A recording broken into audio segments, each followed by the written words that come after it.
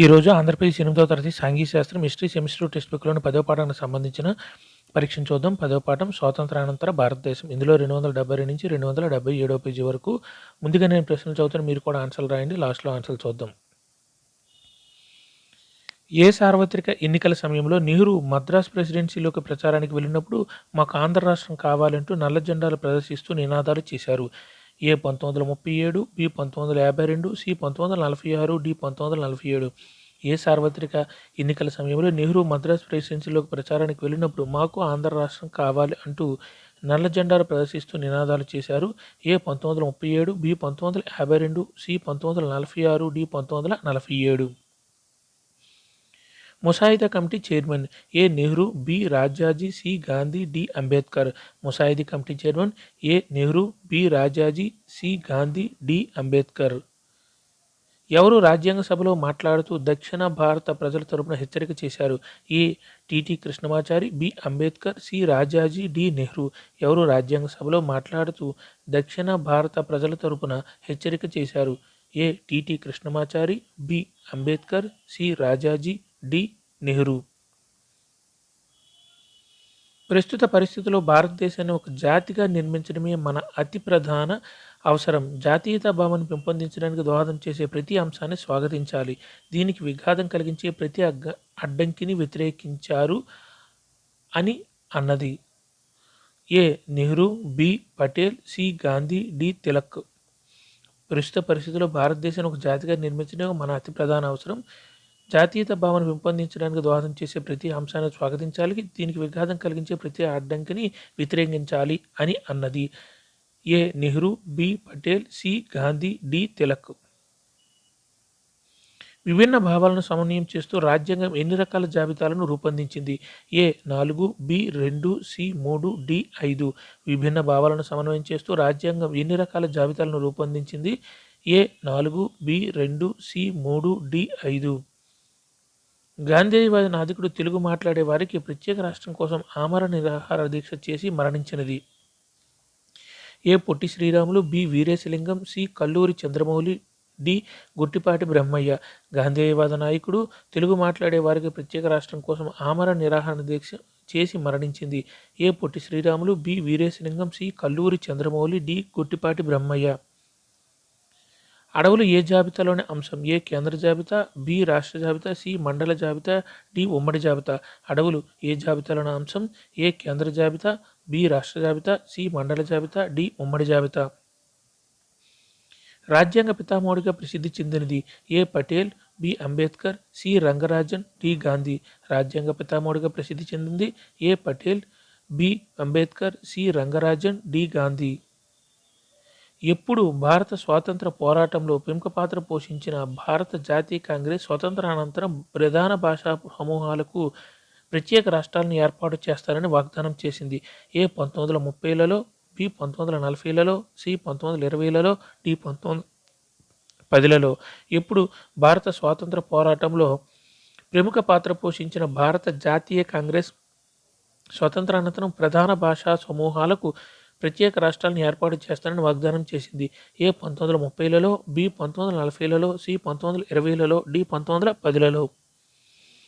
దేశ విభజన తర్వాత విచ్ఛిన్నకర ధోరణులు తెరపైకి వచ్చాయి. వీటిని నిరోధించడానికి దేశం బలంగా సమైక్యంగా ఉండాలి అన్నది? A Nehru, B Tilak, C Gandhi, D Patel. దేశ విభజన తర్వాత విచ్ఛిన్నకర ధోరణులు తెరపైకి వచ్చాయి. వీటిని నిరోధించడానికి దేశం బలంగా సమైక్యంగా ఉండాలి అని అన్నది?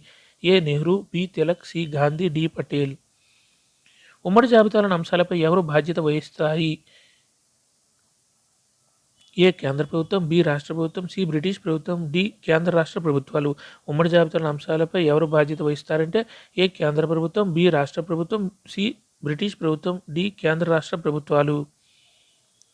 భాషా ప్రయుక్త రాష్ట్రాల ఏర్పాటును ఎవరు వ్యతిరేకించారు?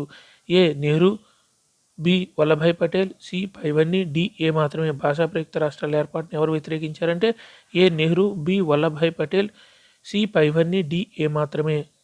రాజ్యాంగ పరిషత్తులోని సభ్యుడైన ఎవరు హరిజనులు నేడు అనర్హులుగా ఉండడానికి అగ్రవర్ణాల వారే కారణమని వాదించారు? A Nehru, B HJ Khandekar, C Vallabhbhai Patel, D TT Krishnamachari.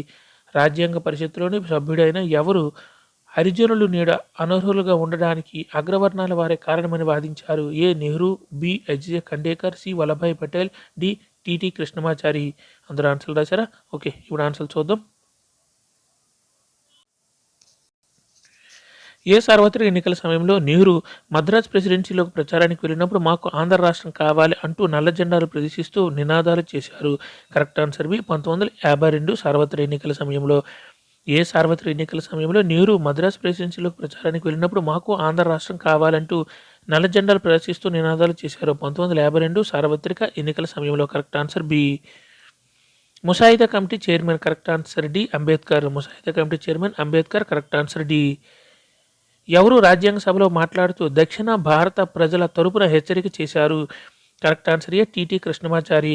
ఎవరు రాజ్యాంగ సభలో మాట్లాడుతూ దక్షిణ భారత ప్రజల తరపున హెచ్చరిక చేశారు? టిటి కృష్ణమాచారి. కరెక్ట్ ఆన్సర్ ఏ. ప్రస్తుత పరిస్థితుల్లో భారతదేశాన్ని ఒక జాతిగా నిర్మించడమే మన అతి ప్రధాన అవసరం. జాతీయత భావాన్ని పెంపొందించడానికి దోహదం చేసే ప్రతి అంశాన్ని స్వాగతించాలి.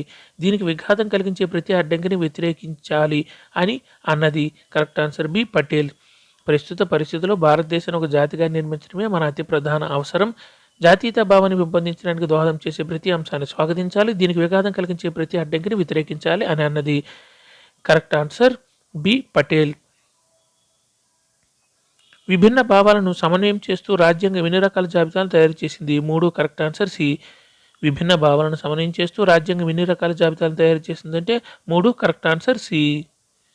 గాంధేయవాద నాయకుడు తెలుగు మాట్లాడేవారికి ప్రత్యేక రాష్ట్రం కోసం ఆమరణ నిరాహరణ దీక్ష చేసి మరణించింది? కరెక్ట్ ఆన్సర్ ఏ పొట్టి శ్రీరాములు. గాంధేయవాద నాయకుడు తెలుగు మాట్లాడేవారికి ప్రత్యేక రాష్ట్రం కోసం ఆమరణ నిరాహరణ దీక్ష చేసి మరణించింది? పొట్టి శ్రీరాములు. కరెక్ట్ ఆన్సర్ ఏ. అడవులు ఏ జాబితాలోని అంశం? కరెక్ట్ ఆన్సర్ డి ఉమ్మడి జాబితా. అడవులు ఏ జాబితాలోని అంశం అంటే ఉమ్మడి జాబితా. Correct answer D. రాజ్యాంగ పితామహుడిగా ప్రసిద్ధి చెందినది? Correct answer B Ambedkar. రాజ్యాంగ పితామహుడిగా ప్రసిద్ధి చెందినది ఎవరంటే డాక్టర్ బిఆర్ అంబేద్కర్ గారు. Correct answer B. ఎప్పుడు భారత స్వాతంత్ర పోరాటంలో ప్రముఖ పాత్ర పోషించిన భారత జాతీయ కాంగ్రెస్ స్వాతంత్ర అనంతరం ప్రధాన భాషా సమూహాలకు ప్రత్యేక రాష్ట్రాలను ఏర్పాటు చేస్తారని వాగ్దానం చేసింది? 1920లలో. Correct answer C. ఎప్పుడంటే ఏ సంవత్సరాల్లో భారత స్వాతంత్ర పోరాటంలో ప్రముఖ పాత్ర పోషించిన భారత జాతీయ కాంగ్రెస్ స్వాతంత్ర అనంతరం ప్రధాన భాషా సమూహాలకు ప్రత్యేక రాష్ట్రాలను ఏర్పాటు చేస్తానని వాగ్దానం చేసింది? 1920లలో. Correct answer C. దేశ విభజన తర్వాత విచ్ఛిన్నకర ధోరణులు తెరపైకి వచ్చాయి. వీటిని నిరోధించడానికి దేశం బలంగా సమైక్యంగా ఉండాలి అన్నది నెహ్రూ. కరెక్ట్ ఆన్సర్ ఏ. దేశ విభజన తర్వాత విచ్ఛిన్నకర ధోరణులు తెరపైకి వచ్చాయి. వీటిని నిరోధించడానికి దేశం బలంగా సమైక్యంగా ఉండాలన్నది నెహ్రూ. కరెక్ట్ ఆన్సర్ ఏ. ఉమ్మడి జాబితాలోని అంశాలపై ఎవరు బాధ్యత వహిస్తారు? కరెక్ట్ ఆన్సర్ డి కేంద్ర రాష్ట్ర ప్రభుత్వాలు. ఉమ్మడి జాబితాలోని అంశాలపై ఎవరు బాధ్యత వహిస్తారంటే కేంద్ర రాష్ట్ర ప్రభుత్వాలు. 2. Correct answer D. భాషా ప్రయుక్త రాష్ట్రాల ఏర్పాటును ఎవరు వ్యతిరేకించారు? కరెక్ట్ ఆన్సర్ సి పైవన్నీ. నెహ్రూ, వల్లభాయ్ పటేల్. భాషా ప్రయుక్త రాష్ట్రాల ఏర్పాటును ఎవరు వ్యతిరేకించారంటే Nehru, Vallabhbhai Patel. Correct answer C పైవన్నీ. రాజ్యాంగ పరిషత్తులోని సభ్యుడైన ఎవరు హరిజనులు నేడు అనర్హులుగా ఉండడానికి అగ్రవర్ణాల వారే కారణమని వాదించారు? Correct answer B HJ Khandekar.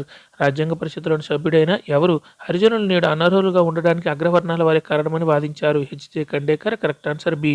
అందరూ ఎగ్జామ్ రాశారా? Thank you.